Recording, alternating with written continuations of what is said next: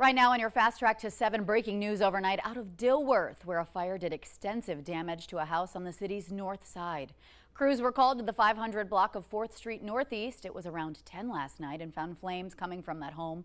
We're also told explosions were heard at one point as well. Police scanner traffic indicates the fire started on the patio. There are no reports of anyone hurt, though, or any cause determined at this time.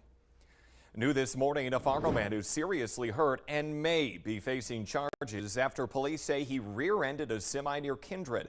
The North Dakota Highway Patrol says 19-year-old Evan Friedrich smashed into the back of a semi as that driver slowed to make a turn off of Highway 46 just west of town last night around 8 o'clock. Friedrich then got out of his pickup just before it went up in flames. 64-year-old Alan Nelson of Fargo was driving the semi but was not injured. He may also be facing charges. A stretch of Highway 46 was shut down for about an hour as crews put out the fire. Breaking news also on our Wednesday morning. President Biden has landed in Tel Aviv for a brief but crucial trip meant to demonstrate U.S. solidarity with Israel ahead of an expected ground assault against Hamas. Biden's visit will include a meeting with Israel's president and prime minister, as well as first responders and even families who lost loved ones. He's also expected to speak with the Palestinian Authority, the president of Egypt as well. But a planned meeting with Arab leaders in the country of Jordan has been canceled following a deadly attack on a Gaza hospital. And that attack killed hundreds of people in the crowded hospital. The Palestinian Health Ministry says as many as 300 victims died from what they believe was a targeted attack. But Israeli Defense Forces say the blast at that hospital was a failed Hamas rocket launch and denied the hospital was one of its targets. Police firing tear gas and water cannons near the U.S. Embassy in Lebanon as angry protesters took to the streets after that hospital in Gaza was hit. Authorities took action, they say, when they saw hundreds of demonstrators carrying Palestinian flags rocking a fence near the U.S. Embassy. It is now 6:53 on our Wednesday morning. If you're looking out your window, that's what you're seeing right there. A bit of rain, especially if you're in the metro. Meteorologist Lisa Green has the very latest on our radar. Good morning, Lisa. Good morning. Yes, right in the heart of the valley is where we're seeing some of our heavier rainfall right now, including in the Fargo-Moorhead area and points south.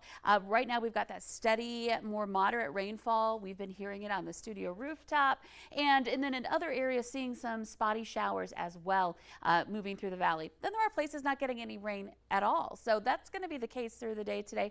Some places getting soaked and then other spaces being on the drier side. So let's zoom in a little bit more. You can see Fargo kind of right on the edge of the yellows and oranges, which are areas of heavier rainfall. Southern parts of the metro experiencing that. Southern parts of Clay County, places like Barnesville, and then back over into northeastern Richland County.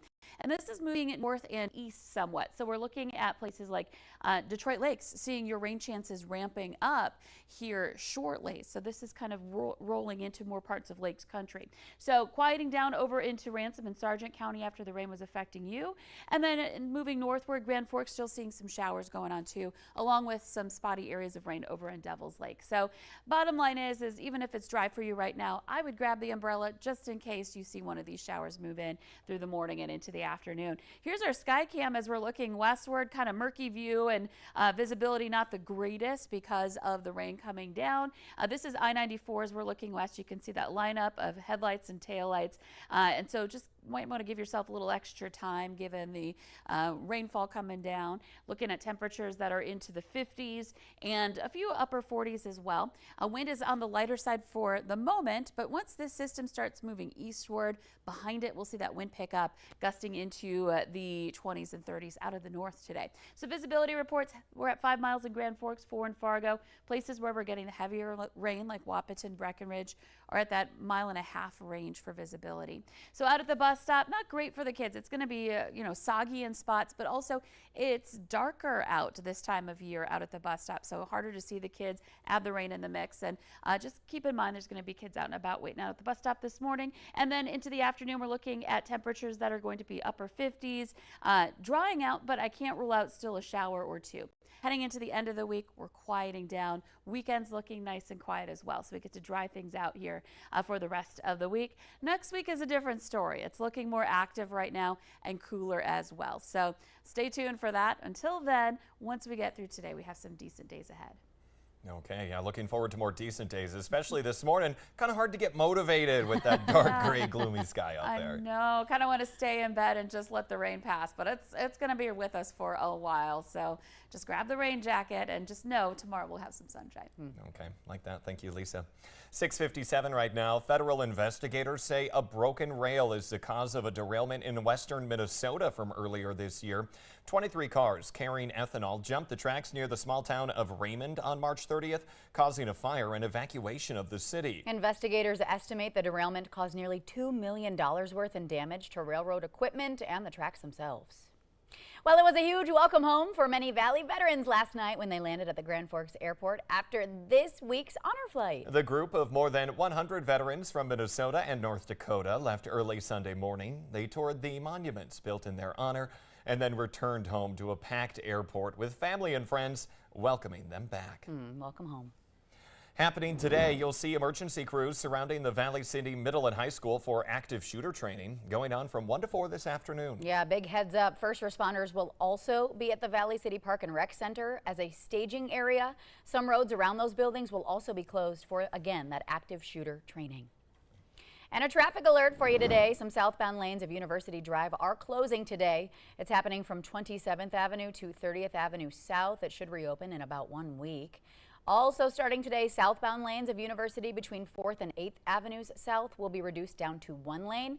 This one is for sidewalk repairs. Crews will work on one side of University and then switch to the other side. That project expected to last 2 weeks. And heads up if you take Highway 10 in Minnesota, specifically near Detroit Lakes. Be watching out for lane closures on the highway in both directions. That's just west of the city. It's happening today and tomorrow. Railroad crews are working at the spur track that crosses the highway. Closures could also remain in place overnight. Well, it appears that those who hit snooze, in fact, do not lose. Woohoo! Yeah, that's according to a new Swedish study that looked at adults who use intermittent alarms to get in a few more minutes of sleep in the morning. Yeah, this is great news for some of us. The Yeah. data now shows that some participants who were able to snooze for 30 minutes or more did have improved cognitive tests compared to those who wake up abruptly. Okay, honest conversation. How many alarms do you have? 3. I also have 3, and I hit snooze on just about every one of them when they pop up. I lied, there's 4. Oh, nothing wrong 3 with of that. them are snooze. Yeah. Well, continuing this conversation, a helping hand from robots may lead to social loafing. What does that mean? Well, that's when someone becomes accustomed to another's high performance. So instead, they relax and let others do the work. This has been going on for a long time. You don't need robots, just one overly motivated coworker. But scientists in Berlin split participants into 2 groups to look for errors in a circuit board. Those who were told they had the help of robots that already inspected the board found fewer errors, while those who were told they were working on their own found a few more errors. Wow. Thank you all so much for joining us here on the Valley today. We had so much fun waking up with you. Yeah, it was a great day. I'm Jordan Schreier. I'm Ashlyn Hill. Take care, everybody.